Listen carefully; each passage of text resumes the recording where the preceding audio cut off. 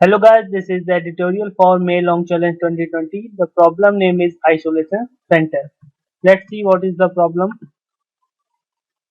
So problem says, as a health expert, Vinay is keeping a close watch on the ongoing pandemic of coronavirus disease, COVID-19. He thought of a different situation where there are 26 type of virus, named A for Arona, B for Borona and C for Corona and dash dash dash. Okay, it means जो इसका first character है वो denote कर रहा है different virus को। So आपको string given है एन लेंथ की, एन आपके पर्सन हैं और हर पर्सन केवल एक ही टाइप के वायरस से इन्फेक्टेड है। ओके, सो आपको क्यू क्वेरीज का आंसर देना है। In each query you are given a integer C denoting the number of available isolation centre. जो सी होगा वो बताएगा कि कितने आइसोलेशन सेंटर अवेलेबल हैं।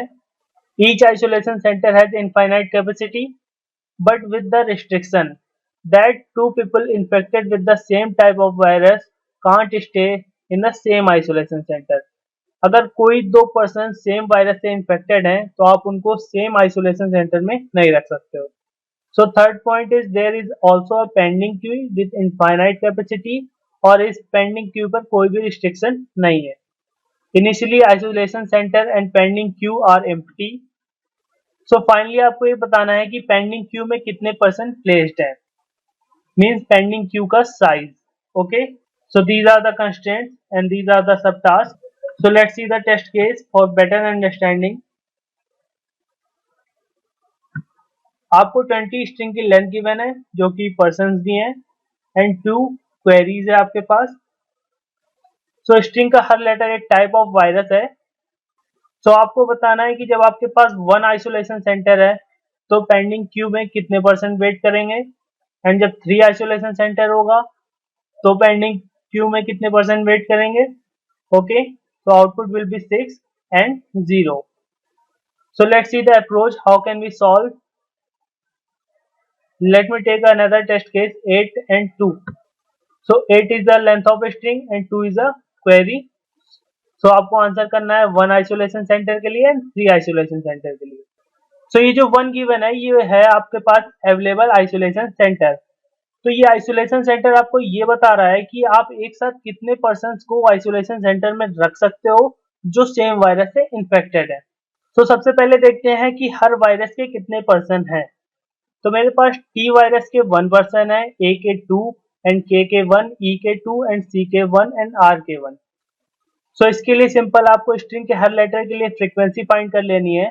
इससे आपको ये पता चल जाएगा कि हर टाइप के वायरस से इन्फेक्टेड कितने पर्सन है।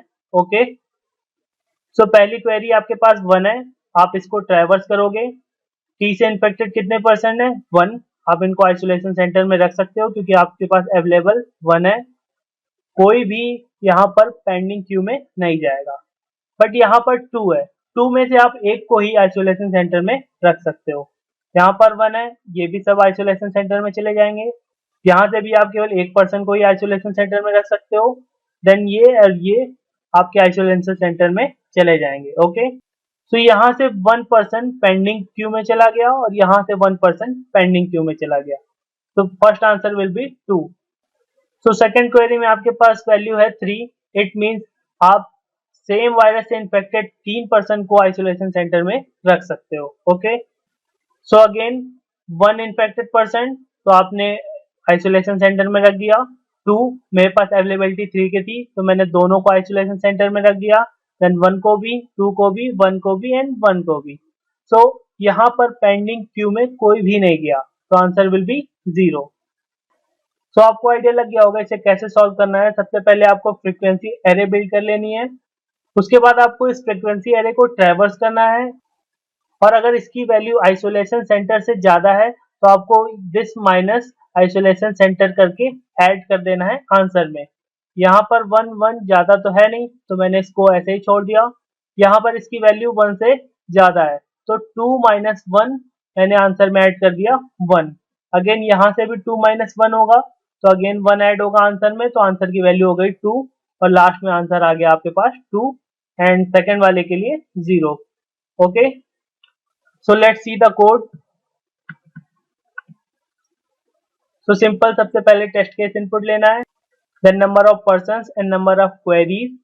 फिर आपको स्ट्रिंग इनपुट लेनी है। तो मैंने यहाँ पर फ्रीक्वेंसी एरे बनाई जिसको मैंने 0 से इनिशियलाइज किया।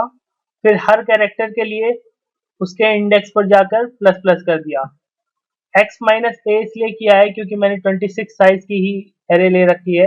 अगर यहाँ पर ए होगा तो ए माइनस ए 0 हो जाएगा, तो 0 इंडेक्स पर प्लस प्लस हो जाएगा, और इसी तरह बाकी कैरेक्टर्स के लिए भी हो जाएगा। देन आपको क्यू टाइम्स लूप चलाना है। आंसर को 0 से इनिशियलाइज कर दिया। Then number of isolation centre input.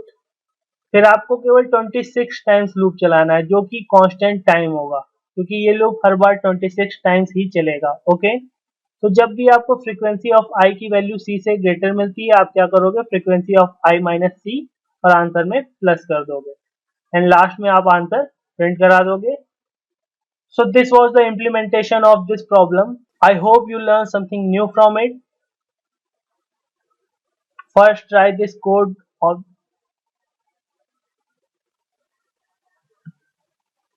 So this is all about this problem. Thank you for the watching. See you in next video.